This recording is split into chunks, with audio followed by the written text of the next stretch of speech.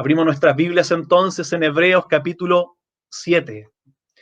Hebreos capítulo 7 y vamos a dar lectura desde el versículo 1 hasta el versículo 10. Serán estos 10 versículos en los que meditaremos en la mañana de hoy. Hebreos capítulo 7,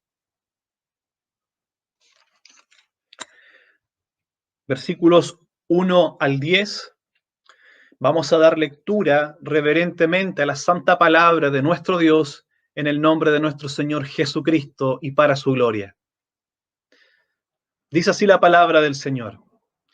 Porque este Melquisedec, rey de Salem, sacerdote del Dios Altísimo, que salió a recibir a Abraham, que volvía de la derrota de los reyes, y le bendijo, a quien asimismo dio a Abraham los diezmos de todo, cuyo nombre significa primeramente rey de justicia y también rey de Salem, esto es, rey de paz, sin padre, sin madre, sin genealogía, que ni tiene principio de días ni fin de vida, sino hecho semejante al Hijo de Dios, permanece sacerdote para siempre.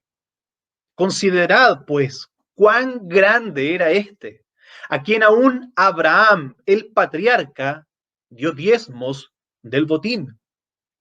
Ciertamente los que de entre los hijos de Leví reciben el sacerdocio, tienen mandamiento de tomar del pueblo los diezmos según la ley, es decir, de sus hermanos, aunque estos también hayan salido de los lomos de Abraham. Pero aquel cuya genealogía no es contada de entre ellos, tomó de Abraham los diezmos y bendijo al que tenía las promesas. Y sin discusión alguna, el menor es bendecido por el mayor. Y aquí ciertamente reciben los diezmos hombres mortales, pero allí uno de quien se da testimonio de que vive. Y por decirlo así, en Abraham pagó el diezmo también Leví, que recibe los diezmos porque aún estaba en los lomos de su padre cuando Melquisedec le salió al encuentro al Señor. Amados hermanos, tengo una pregunta para ustedes. ¿Quién es Melquisedec? ¿Quién es Melquisedec? Anteriormente, el autor de la epístola a los Hebreos notificó a sus lectores que tenían mucho que contarles sobre Melquisedec. En el 5:11 podemos leer acerca de esto. Dice el autor, tenemos mucho que decir y difícil de explicar. Luego les hace una advertencia solemne y en el capítulo 7 retoma nuevamente la idea. Así que yo les pregunto, ¿quién es este Melquisedec? El pastor Salvador Gómez, que muchos de ustedes conocerán de la IBCJ, tituló con esta pregunta su sermón acerca de todo el capítulo 7 de Hebreos. ¿Quién es Melquisedec?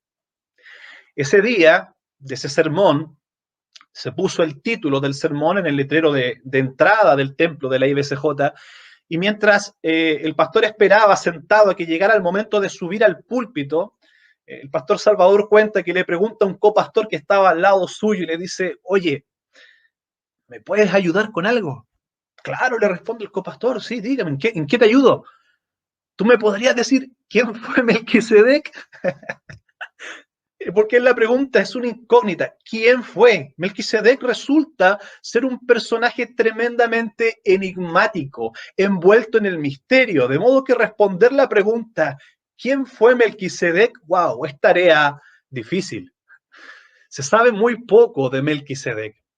De hecho, es llamativo que el autor de Hebreo nos dice que tiene mucho que decir de alguien de quien se sabe tan poco. Hermanos, de todos los versículos que conforman el Antiguo Testamento, que son más de 20.000, tan solo 4 versículos hacen referencia a este personaje, Melquisedec. 3 de estos versículos se encuentran en el relato de Génesis, donde aparece por primera vez. Transcurren cerca de 1000 años hasta que David en el Salmo 110, en el verso 4, lo nombra nuevamente. Desde ese momento transcurren otra vez alrededor de 1000 años para que el autor de Hebreos nuevamente retome el tema y vuelva a aparecer Melquisedec en las páginas de la Santa Biblia. De modo que se menciona muy pocas veces. Si nos hacemos nuevamente la pregunta, ¿quién es Melquisedec? La mayoría, hermanos, la mayoría de los eruditos y autores opina que Melquisedec fue una figura monárquica, un rey que vivió en los tiempos de Abraham, del cual no quedó casi nada de registro histórico. Otros opinan que es una teofanía. Una teofanía o cristofanía es una manifestación del Cristo preencarnado, como por ejemplo cuando se manifiesta como el ángel de Jehová, digno de adoración. Piensan que es algo así, es una postura probable.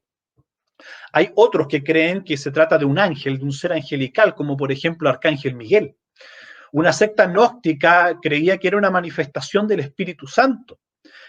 Lutero, curiosamente, creía que se trataba del personaje Sem, a lo que Calvino le responde y le pregunta, bueno, ¿y por qué no dice Sem en vez de Melquisedec? La verdad, hermanos, es que no podemos ser dogmáticos. Bien, pudo haber sido un monarca, un rey que vivió en los tiempos de Abraham, o bien podría ser una manifestación del Cristo preencarnado.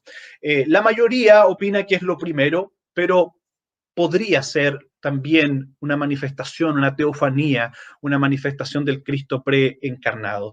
Esta es una de esas cosas que están envueltas en el misterio de Dios y que no nos es dado a nosotros en este lado de la gloria poder responder.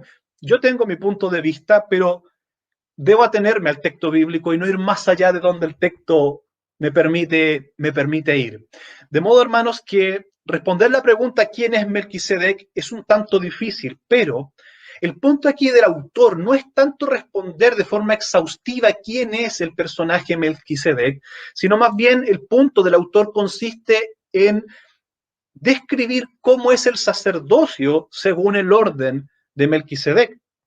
Podemos entonces complementar nuestra interrogante inicial y preguntarnos quién fue Melquisedec y por qué su sacerdocio es superior al de Aarón. Hebreos capítulo 7, de los versículos 1 al 10, lo que hace es presentar primero y después probar la superioridad del sacerdocio de Melquisedec comparándolo con el sacerdocio aarónico, para después de eso llegar a la conclusión de que Jesús es superior a Abraham y por consecuencia es superior al sacerdocio de Aarón. De allí el título de nuestro sermón de esta mañana, que si bien trata de Melquisedec, lo hemos titulado según la conclusión a la que se quiere llegar con esto, Jesús es superior a Abraham. Hermanos, y para meditar en esta realidad que el autor nos quiere comunicar, permítame, con la ayuda del Señor, conducir sus pensamientos e introducirnos y profundizarnos, sumergirnos en este texto a través de dos puntos, tan solo dos puntos cruciales y claramente resaltantes en el texto que hemos leído en esta mañana. El primero de ellos, desde el versículo 1 hasta el versículo 3, nos va a hablar del sacerdocio de Melquisedec. Y el segundo punto, desde el versículo 4 hasta el versículo 10, va a hablar de la grandeza de Melquisedec. A través entonces de estos dos puntos, de las características del sacerdocio de Melquisedec y de las características de la grandeza de la figura de Melquisedec, vamos a meditar para llegar finalmente al punto de cuán grande es la persona de Jesucristo y cuán glorioso es su sacerdocio. Vamos entonces con nuestro primer punto, analicemos y veamos qué nos dice nuestro texto respecto al sacerdocio de este personaje tan poco conocido, del cual nos quiere hablar el autor en esta mañana. Él ya nos ha advertido que esta conversación es para maduros, no para niños en la fe. De allí que nos motivó, antes de introducir el capítulo 7, nos motivó a madurar en la fe. Lo primero que el texto nos dice es, porque Melquisedec, con la finalidad, queridos hermanos, de diferenciarlo de cualquier otro alcance de nombre, el autor usa aquí el pronombre demostrativo que se usa en un sentido de algo único. Es como si dijera y no otro, sino el que está señalado en la escritura. Y los datos biográficos que encontramos desde el versículo 1 hasta la mitad del versículo 2 los datos que aquí el autor nos da son extraídos del relato bíblico de Génesis, capítulo 14, versículos 18 al 20. Son tan solo 3 versículos. Y de allí el autor hace muchísima doctrina. Esto es tremendamente profundo, glorioso, y como bien el autor mismo lo anticipaba, es para personas maduras en la fe. Hermanos, usted recordará el episodio en el cual, y el contexto en el cual aparece Melquisedec. Lot, el sobrino de Abraham, se fue a vivir a la ciudad de Sodoma. Y resulta que hubo una guerra, una confederación de reyes, se rebelaron se juntan otros reyes más y hacen guerra contra los reyes que se habían rebelado. En esta batalla de muchos reinos, Sodoma es vencido y son llevados cautivos los habitantes, muchos habitantes de Sodoma, entre ellos Lot, sobrino de Abraham.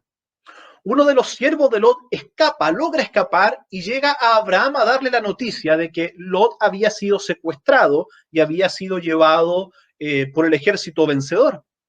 Así que lo que hace Abraham es juntar a los hombres de su casa, armar un pequeño escuadrón de alrededor de 300 hombres, poquito más de 300 hombres, y en una estrategia bélica siguen a este ejército. Y cuando este ejército ya estaba durmiendo de noche, le caen encima.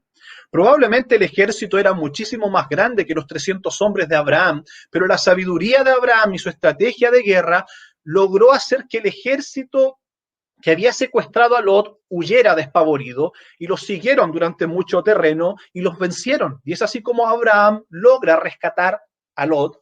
Y no solamente rescata a Lot, sino que lleva consigo todo un botín de guerra. Todo lo que el ejército había robado de las ciudades, había saqueado, Abraham lo toma y lo trae consigo. Así que fue una campaña de guerra bastante corta la de Abraham, pero muy, muy efectiva.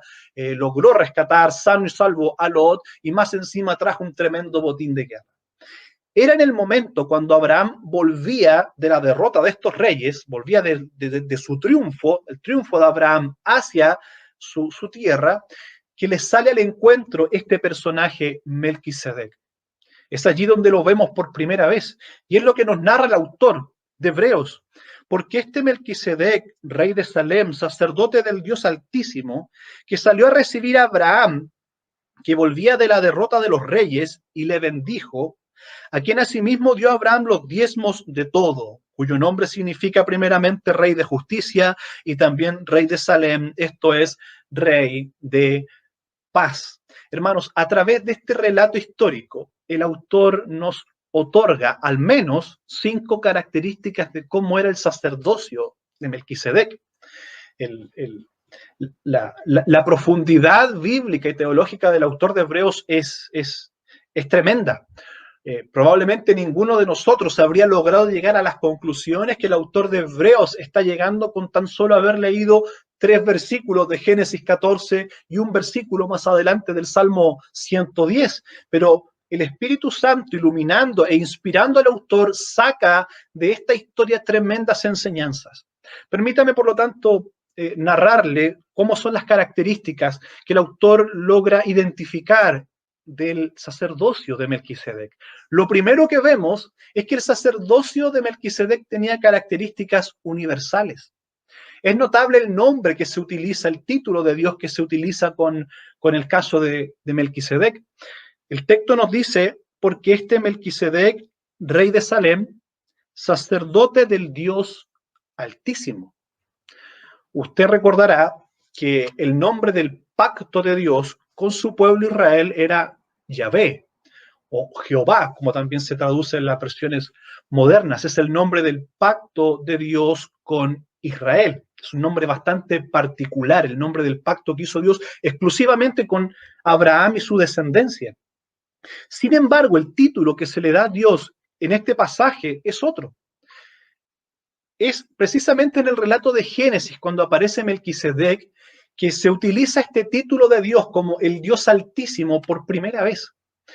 Y se repite 3 veces en cada uno de los versículos. Si va conmigo a Génesis capítulo 14, versículo 18 dice así: entonces Melquisedec, rey de Salem, sacerdote del Dios Altísimo, allí está la primera vez, sacó pan y vino y le bendijo diciendo, bendito sea Abraham del Dios Altísimo, segunda vez, creador de los cielos y la tierra, y bendito sea el Dios Altísimo, por tercera vez, que entregó a tus enemigos en tu mano, y Abraham le dio diezmos de todo. El Dios Altísimo, aquí la palabra en hebreo es el Elión. El Elión es un nombre más universal para Dios que el nombre Yahweh o Jehová. Es el título que representa a nuestro Dios como poseedor del cielo y de la tierra, sobre toda distinción nacional y dispensación. Es el Dios que está sobre los judíos y también sobre los gentiles. Los judíos, hermanos, aceptaban que Dios era el Altísimo que gobernaba y sustentaba a todo el mundo. Ellos lo creían firmemente. Lo que ellos no querían aceptar era que este Dios Altísimo también era el Dios redentor de todas las personas. Ellos lo veían como el Dios que podía gobernar todo, pero les costaba ver como el Dios que podía ser el redentor de todos los hombres. La importancia, hermanos, de esta realidad es esta. Jesús no es solamente el Mesías de Israel, sino que es el Mesías de todo el mundo. Y esto, cuán agradecido deberíamos estar de esta preciosa realidad, hermanos. Usted y yo no somos judíos, no somos israelitas, no tenemos ascendencia judía, nosotros no pertenecíamos a Israel, estábamos alejados de Dios, ajenos a los pactos de la promesa, completamente fuera de todo ello, pero gracias a el Elión, al Dios Altísimo, que es el Dios soberano, y no solo soberano sobre toda la tierra, sino también el Redentor, tanto de judíos como de gentiles. Él es el Elión, el Dios Altísimo que gobierna sobre toda la creación y no solo sobre la nación judía.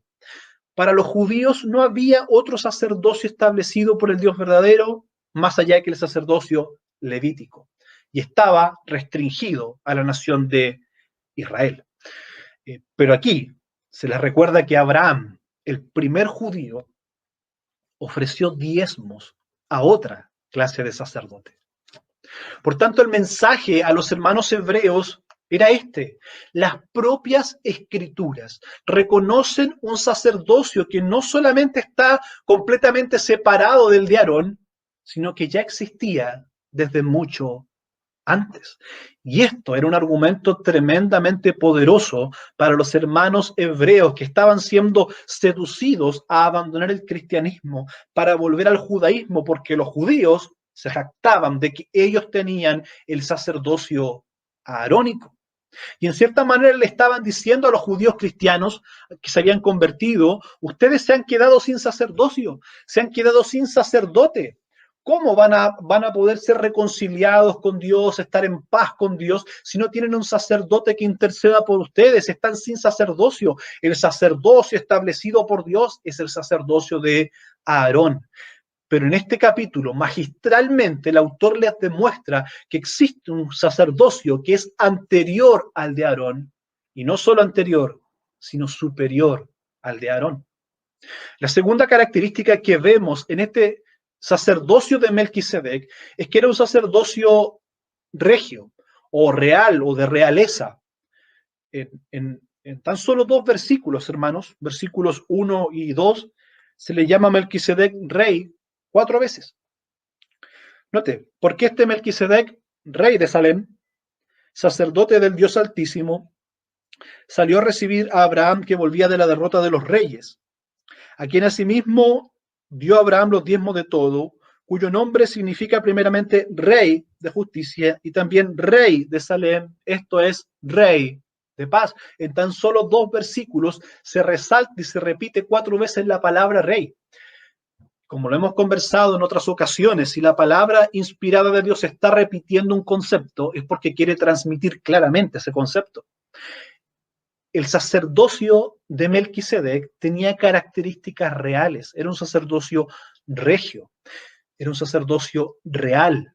Ningún sacerdote de Israel, de la tribu de Leví, de la casa de Aarón, podía siquiera soñar con esto. O usted era levita y por lo tanto tenía derecho a servir en el templo, o usted era de la tribu de Judá y tenía posibilidades de sentarse en el trono. dentro de todas las tribus de Israel en estas dos posiciones. Las otras tribus ni soñarlo. Pero era una cosa o la otra. Pero jamás iba a soñar siquiera un sacerdote con sentarse en un trono. Sin embargo, lo que vemos en el sacerdocio de Melquisedec era un sacerdote que además era rey, y esto se resalta 4 veces. Los oficios, hermanos, de rey y sacerdote en el Antiguo Testamento estaban claramente separados, no podían mezclarse. Usted recordará, lo hemos nombrado en más de una ocasión, el caso de Saúl.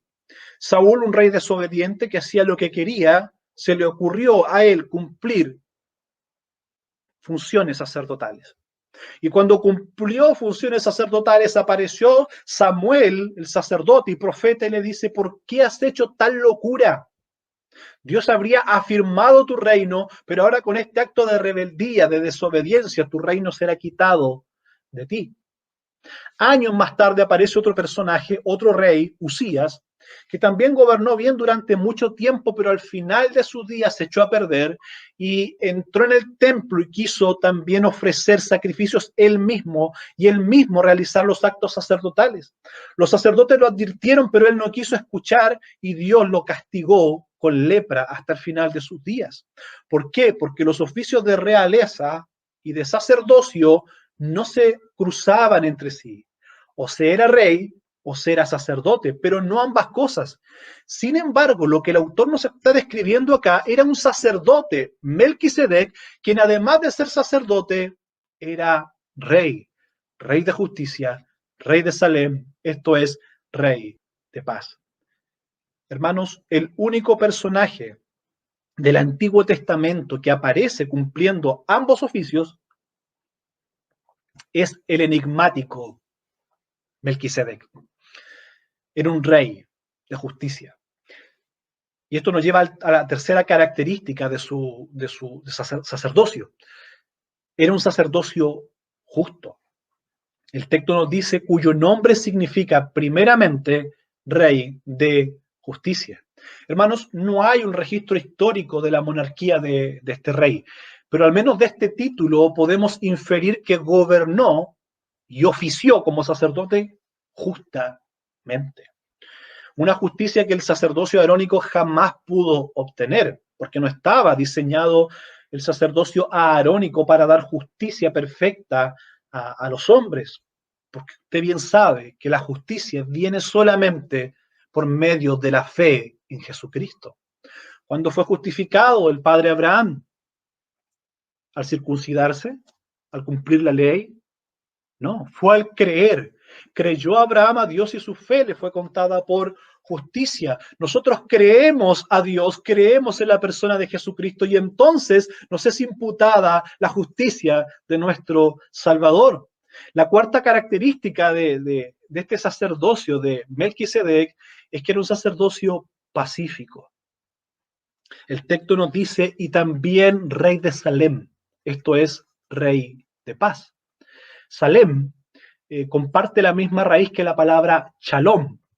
De allí que el autor concluye de que rey de Salem significa rey de paz, porque comparte la misma raíz que shalom, la palabra hebrea para paz, y no es cualquier paz, sino una paz completa.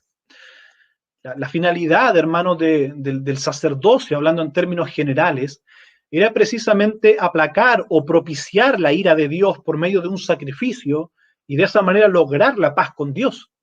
Pues en lo que a paz se refiere, Melquisedec era rey de paz. Estas dos características, hermanos, la característica de ser un rey de justicia y al mismo tiempo ser un rey de paz, que vemos en Melquisedec, la vemos también en nuestro Señor Jesucristo.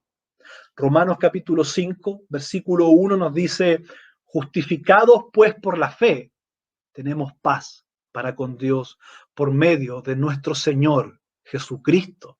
Y es en ese orden, es el orden de la salvación en el mensaje evangélico. Primero se nos imputa la justicia de Cristo, luego en virtud de eso tenemos paz con Dios. Isaías capítulo 32, versículo 17 dice, y el efecto de la justicia será paz. Y la labor de la justicia, reposo y seguridad para siempre. Este orden es maravilloso y lo encontramos en la obra y en la cruz de nuestro Señor Jesucristo. Ningún otro sacrificio podía vestir de justicia perfecta a sus oferentes. Ningún holocausto podía ganar la paz permanente con Dios. Era una paz momentánea hasta que el individuo volvía a pecar y tenía necesidad nuevamente de ofrecer otro sacrificio y se apaciguaba momentáneamente la ira de Dios, se lograba una paz momentánea hasta que el individuo pecaba nuevamente y tenía que nuevamente ofrecer un sacrificio y así continua y perpetuamente. Nunca se lograba la justicia perfecta, nunca se lograba la paz permanente, pero lo que vemos en Melquisedec era que era un rey de justicia. Melquisedec, Melec, rey, Selec, justicia. El rey de justicia, y al mismo tiempo gobernaba sobre la ciudad de Salem, que la mayoría concuerdan que se refiere a la ciudad que luego pasó a llamarse Jerusalén, la ciudad de paz, la ciudad del gran rey, la ciudad de Dios, Sión, como la denominan los salmos de forma poética, la ciudad del gran rey. Este era el rey entonces de Salem, el rey de paz. Lo vemos esto en la figura de este enigmático Melquisedec. Nosotros no podíamos obtener la justicia, ningún sacrificio podía vestirnos de justicia o ganar una paz permanente con Dios, pero gracias sean dadas a Dios, quien por medio de su Hijo Jesucristo nos ha vestido de su justicia y nos ha dado una paz no como el mundo la da. Hermanos, Cristo es nuestra justicia. Cristo es nuestro príncipe de paz. Es solo en la persona de Cristo y en su cruz, donde, como dice el Salmo 85, verso 10, la misericordia y la verdad se encontraron, la justicia y la paz se besaron. ¿Dónde ocurre este acto poético y hermoso? Ocurre en la persona de Jesucristo clavado en la cruz. En el Cristo crucificado es donde encontramos la justicia perfecta y la paz perfecta y permanente. Allí la misericordia y la verdad se encontraron. La justicia y la paz se besaron. Es en Jesús donde tenemos este glorioso Melquisedec, este glorioso rey de justicia y rey de paz. Esto es lo que el autor les quiere transmitir a sus lectores hebreos. Es que en la persona de Jesús y en su sacerdocio y en sus oficios reales es donde tenemos la verdadera justicia y la completa y permanente paz. No necesitamos, por tanto, retroceder al judaísmo para volver al sacerdocio arónico, que no era más que una sombra del sacerdocio de Cristo, según el orden de Melquisedec. El quinto y último punto, característica de este sacerdocio, la encontramos en el versículo 3. Es un sacerdocio personal, sin padre, sin madre, sin genealogía, que ni tiene principio de días, ni fin de vida. Hermano, esto era impensado en el sacerdocio levítico. Era impensado. El sacerdocio levítico dependía completamente de demostrar una herencia, una genealogía, y trazar la genealogía desde el individuo hasta Aarón. Usted recordará, los hermanos de acá de Osorno, que están siguiendo el plan de lectura congregacional y que acabamos de leer, ¿cierto?, el libro de Esdras. Usted recordará cómo Esdras, cuando se introduce en el libro, en el segundo retorno de los repatriados, allí venía Esdras, él se esfuerza por demostrar su linaje. Y dice que él era hijo de fulano, que era hijo de sutano, y sigue así hasta llegar a Aarón, y él demuestra que él pertenecía a la línea aarónica, a la familia de Aarón, a la tribu de Leví. Y luego más adelante relata cómo hubo levitas que volvieron de la cautividad a Jerusalén, pero que no pudieron demostrar registros de su genealogía, por lo tanto quedaron excluidos del sacerdocio. Para estar en el sacerdocio era obligatorio demostrar la genealogía. Sin embargo, lo que vemos en Melquisedec es completamente ajeno a esta idea. El sacerdocio de Melquisedec no era hereditario, sino que era un sacerdocio personal. Esta característica es fundamental. En el sacerdocio levítico, entonces, las calificaciones personales no importaban mucho.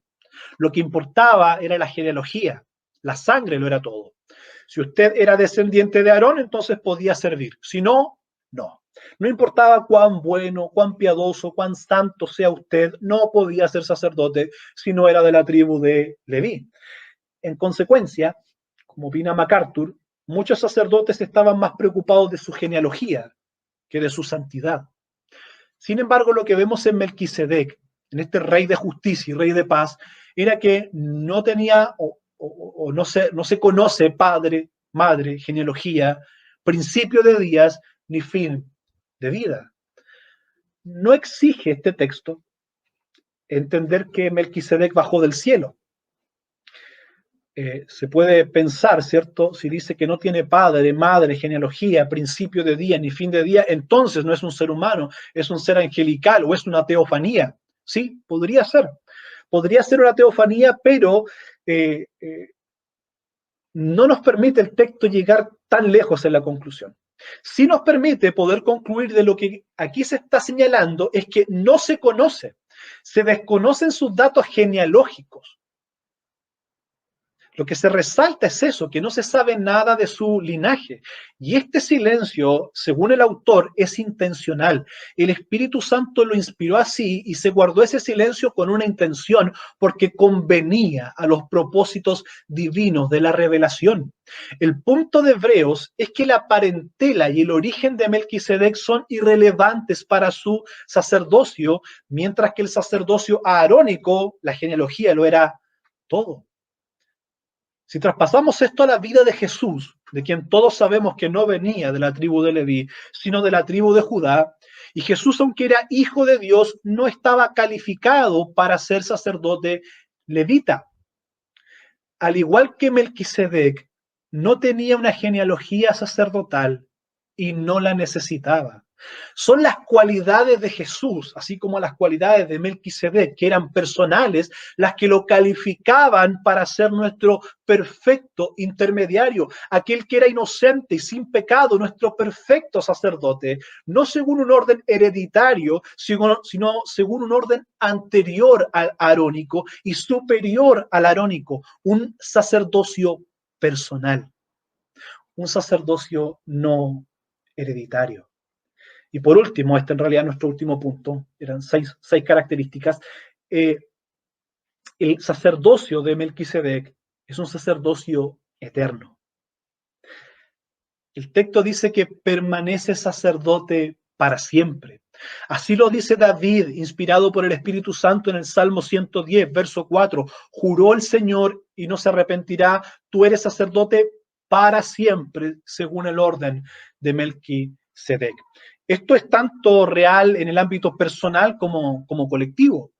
Un sacerdote, en el tiempo del sacerdocio, cuando estaba operativo, comenzaba recién a cumplir funciones sacerdotales a la edad de 25 años. Así lo establecía la ley de Moisés. Y tenía que ejercer hasta los 50 años. De modo que ningún sacerdote, por fiel que pudiera ser, podía servir más de 25 años en el sacerdocio, y luego su sacerdocio debía cesar. No era permanente, no era eterno, era temporal, era por un periodo de tiempo, máximo 25 años. Y esto también es cierto en el sentido colectivo. El sacerdocio de Aarón comenzó en el desierto durante la peregrinación entre Egipto y la tierra prometida, y terminó en el año 70 después de Cristo con la destrucción de Jerusalén.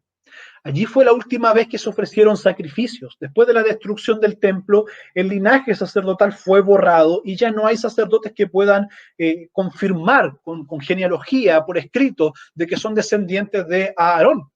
El sacerdocio levítico, por tanto, comenzó con Aarón en el desierto y terminó definitivamente en el año 70 después de Cristo, en la destrucción de Jerusalén por Tito Vespasiano, general y más tarde emperador del ejército romano. Sin embargo, el sacerdocio de Melquisedec no tenía estas barreras temporales ni dispensacionales. Si avanzamos un poco más en el texto, Hebreos 7, 24 y 25 nos dicen, mas este por cuanto permanece para siempre, tiene un sacerdocio inmutable, por lo cual también puede salvar perpetuamente a los que por él se acercan a Dios, viviendo siempre para interceder por ellos. No es necesariamente que Melquisedec no haya muerto, sino que al no registrarse su muerte, su sacerdocio queda perpetuo, queda permanente, así como el sacerdocio de Jesús es permanente por cuanto él resucitó de los muertos y vive para siempre para interceder continuamente por nosotros. Jesús es el sacerdote como Melquisedec. Su sacerdocio entonces es universal, es regio, es justo, es pacífico, es personal y es eterno. Tiene estas 6 características sublimes en su sacerdocio que solamente en estos versículos ya podemos ver que este sacerdocio es superior al de Aarón. Por lo tanto, cuando el autor nos ha dicho que Jesús es sacerdote según el orden de Melquisedec, alguno podría decir, ya, ok, pero ¿y eso qué significa? Es precisamente eso lo que está respondiendo el autor de los Hebreos en estos versículos. Nos está respondiendo y diciendo el sacerdocio de Jesús es superior, es según el orden de Melquisedec. ¿Y cómo es el sacerdocio de Melquisedec? Es universal, es regio, es justo, es pacífico, es personal y es eterno. De manera que el sacerdocio de Jesús, según el orden de Melquisedec, es claramente superior al sacerdocio según el orden de Aarón. Pero esto no se queda ahí. El autor, no conforme con esto, ahora procede, ya que ha demostrado la grandeza del sacerdocio de Melquisedec, ahora se centra en la persona de Melquisedec y muestra cuán grande era su figura, su personaje. Versículo 4. Considerad, pues, cuán grande era este. Y eso nos conduce a nuestro segundo y último punto, la grandeza de Melquisedec. Considerad cuán grande era este. La palabra que ya aparece como considerad, la mayoría concuerda en que debe interpretarse como un imperativo, como un mandamiento. Llegado a este punto, el autor les manda a sus lectores a que hagan este ejercicio de tener en consideración, de considerar, de prestar atención a esto. El autor desea que sus lectores presten suma atención no tanto a los asuntos curiosos de Melquisedec, sino a la grandeza del personaje. Y para ello lo que hace el autor es darnos dos evidencias. Él no solo dice que Melquisedec es grande, él no dice consideren cuán grande es este Melquisedec y se queda allí, sino que dice considerad cuán grande era este y da dos argumentos, a quienes Abraham el patriarca dio los diezmos del botín y también a quien bendijo, al que tenía las promesas y sin discusión alguna el menor es bendecido por el mayor. De manera que el autor nos da dos argumentos para comprobar la grandeza de Melquisedec. Uno es que dio a Abraham los diezmos de todo y lo segundo es que bendijo a Abraham de manera que el menor, Abraham, fue bendecido por el mayor, Melquisedec. Versículo 4 al versículo 6.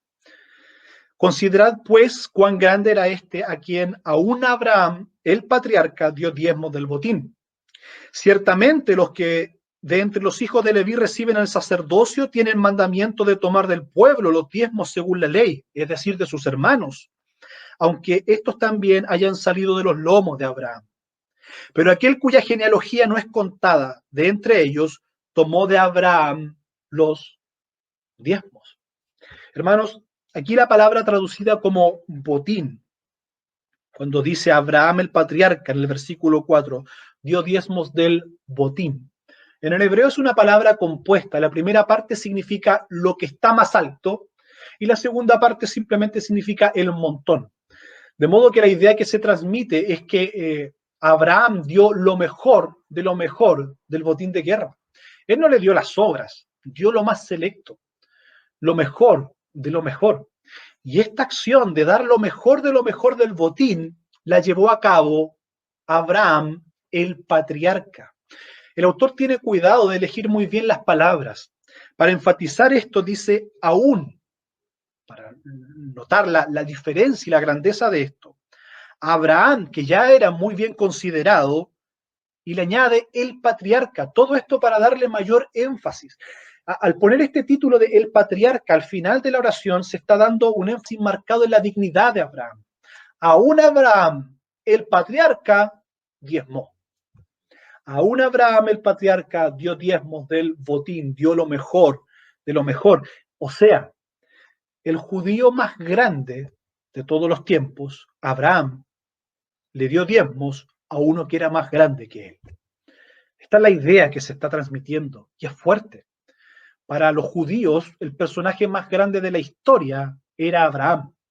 Se le podían comparar después un poco más abajo Moisés y Esdras, pero el más grande de todos, sin discusión, era Abraham. Pues lo que el autor les dice aquí, el judío más grande de todos, Abraham, le dio diezmos a uno que era mayor que él. Versículo 5, ciertamente los que de entre los hijos de Leví reciben el sacerdocio, tienen mandamientos de tomar del pueblo los diezmos según la ley, es decir, de sus hermanos, aunque estos también hayan salido de los lomos de Abraham, pero. Aquí hay un pero que establece un notable contraste, hermanos. Literalmente dice, pero el no contado en la genealogía de ellos. Este pero está manifestando claramente la superioridad de Melquisedec sobre Abraham.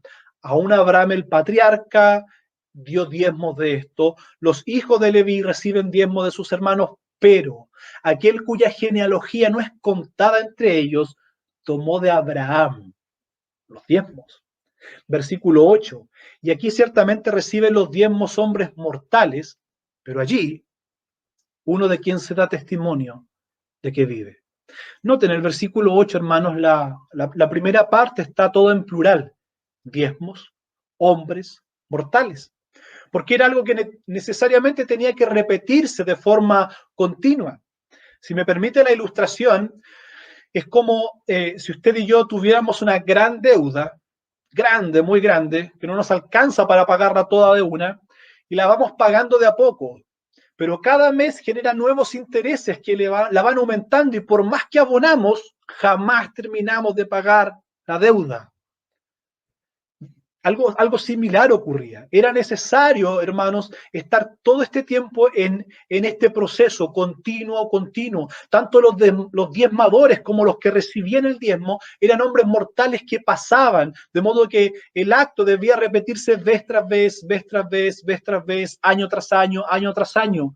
Pero allí, dice el texto, pero allí, nota un segundo contraste, un segundo pero. Este diezmo de Abraham, ahora en singular, fue dado a uno cuya muerte no se registra en las Escrituras. Su sacerdocio, por tanto, no se transmite a sus descendientes. Por lo tanto, el sacerdocio asume un estado de perpetuidad, un estado de inmutabilidad, como lo dice el versículo 24. Mas por cuanto permanece para siempre, tiene un sacerdocio inmutable. No es necesariamente que Melquisedec no haya muerto. Puede ser, si es que era una teofanía. El punto es que como su muerte no está registrada, adquiere entonces su sacerdocio un carácter inmutable, un carácter que no se hereda, un carácter de perpetuidad, un carácter eterno. De allí que David, inspirado por el Espíritu Santo en el Salmo 110, verso 4, escribe, tú eres sacerdote para siempre, según el orden de Melquisedec. Versículos 9 y 10. Y por decirlo así, en Abraham pagó el diezmo también Leví, quien recibe los diezmos, porque aún estaba en los lomos de su padre cuando Melquisedec le salió al encuentro. Lo que aquí ocurre es que se alcanza una nueva conclusión que demuestra una vez más el punto, la demostración de la superioridad del sacerdocio de Melquisedec. La deducción, hermanos, a la que se llega es que Leví, bisnieto de Abraham, y que da origen a la tribu sacerdotal, pagó en Abraham los diezmos a Melquisedec. Es decir, Abraham pagó los diezmos a uno mayor que él, y en ese acto también estaba Leví pagando los diezmos a un sacerdocio superior al que él mismo tenía.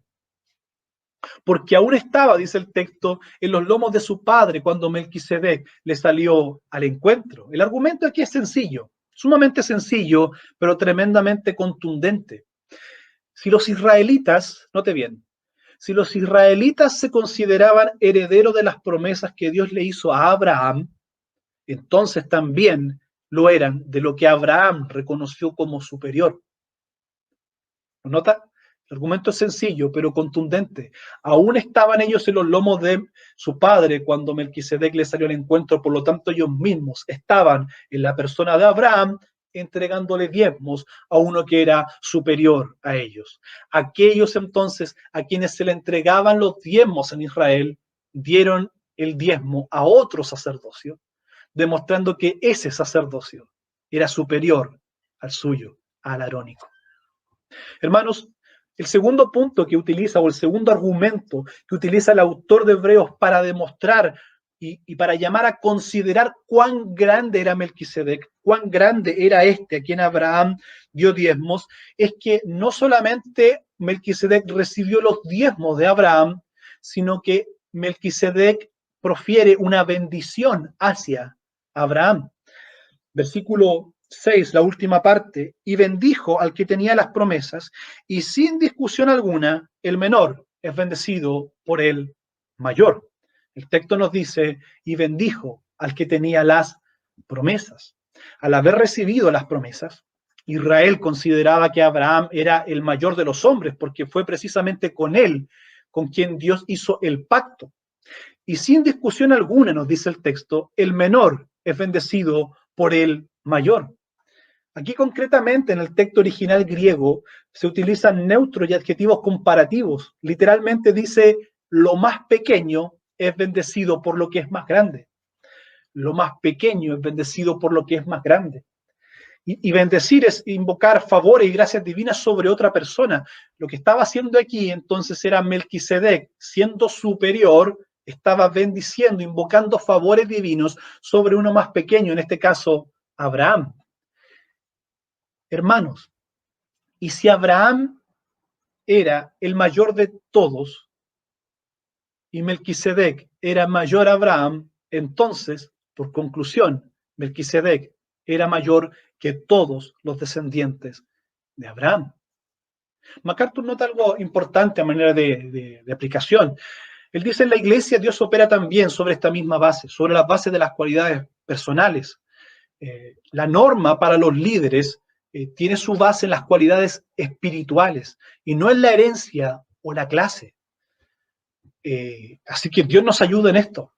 Es importantísimo que los líderes sigan este mismo patrón. No un patrón de herencia, como tristemente vemos en algunas ocasiones, ¿cierto? Se escuchan en ocasiones historias tristes de que el hijo del pastor sucedió a su papá cuando en realidad todos veían que el hijo no daba las medidas, no cumplía, ¿verdad?, los requisitos que Pablo establece en Timoteo y en Tito, pero por una cosa de herencia heredó la iglesia como si heredase el negocio de su papá. Esto es triste. La verdad es que en la iglesia del Señor no deben ocurrir así las cosas. No es por herencia como en el caso de los sacerdotes levitas, sino que hay aquí una exigencia de cualificaciones personales, espirituales y de carácter en los líderes. Así como las cualidades de Melquisedec eran personales para poder ejercer el sacerdocio, y de la misma forma las cualidades de Jesús no eran heredables, porque no pertenecía a la tribu de Leví, sino que eran personales. Él era el hombre en quien Dios se complacía porque era perfecto, inocente, puro, sin mancha y sin pecado. Y es esa misma línea que deben seguir los líderes de las iglesias. Amados hermanos, volviendo a nuestro punto, como la muerte de Melquisedec no se registra en la Biblia, entonces su sacerdocio se considera eterno. Y al no estar registrado, al no estar limitado, digamos, por la muerte del sacerdote, adquirió un carácter de permanencia. Y al no mencionarse en la escritura sucesores, resulta ser la mejor figura para referirse al sacerdocio perpetuo de Jesucristo. De allí que los estudiosos hablan de que Melquisedec es un tipo de Cristo. La tipología era esto: una persona, una actividad, un evento o un objeto del Antiguo Testamento funcionaba como un tipo o que prefiguraba a algo más perfecto que vendría. En este caso, lo que vemos en Melquisedec, independiente de la postura que tengamos respecto a su identidad, es que está funcionando como un tipo de Cristo. Está apuntando hacia la persona de Cristo, hacia ese sacerdocio más excelso, más supremo y superior al de Aarón que habría de venir. La inmortalidad, hermanos, al no mencionarse la muerte de Melquisedec, entonces estamos hablando de la perpetuidad de su sacerdocio, y en el caso de Jesús ocurre lo mismo. La inmortalidad de nuestro sumo sacerdote hace innecesario que haya una secuenciación, que haya hereditarios en el sacerdocio. Jesús, al vivir para siempre, entonces permanece sacerdote para siempre, sin ser sucedido por nadie, según el orden de Melquisedec. Hermanos, qué gran palabra de seguridad para aquellos judíos a quienes el autor les está escribiendo, que habían llegado a la fe de Jesucristo, pero que estaban siendo presionados para volver al sacerdocio levítico. Con estas palabras el autor entonces les refuerza y los afirma a que ellos están en un sacerdocio muchísimo mejor. Podemos entonces concluir que este Melquisedec era superior a Abraham y por ende superior a Leví y por ende superior a Aarón y a todos los sacerdotes. Hermanos, este tipo de sacerdocio, según el orden de Melquisedec, es el orden sacerdotal de Jesús, es decir, es un orden distinto y superior al de Aarón. Por tanto, y esto es importante, por tanto, podemos sentirnos completamente seguros de que estamos en paz permanente con el Dios Altísimo, por medio del mejor y más perfecto de todos los sacerdocios, el sacerdocio de Jesús, según el orden de Melquisedec. Se lo voy a repetir para que lo anote, lo apunte o lo guarde en su corazón. Podemos estar y sentirnos completamente seguros de que estamos en paz permanente con el Dios Altísimo por medio del mejor y más perfecto de todos los sacrificios, de todos los sacerdocios, el sacerdocio de Jesús, según el orden de Melquisedec. Entonces, hermanos, no hay razones lógicas para retroceder al judaísmo, ni recurrir a ninguna otra religión. Es en Jesús donde tenemos el gran sumo sacerdote que traspasó los cielos y que se ha sentado a la diestra de la majestad en las alturas. Resulta de que Jesús es el Altísimo mismo. Él ha subido a la altura del Altísimo y se ha sentado a su diestra para desde allí cumplir funciones sacerdotales para siempre, según el orden de Melquisedec. Él mismo es el Dios Altísimo. Él es nuestro gran sumo sacerdote. Él es Jesús, el gran sumo sacerdote del más alto grado, según el orden de Melquisedec.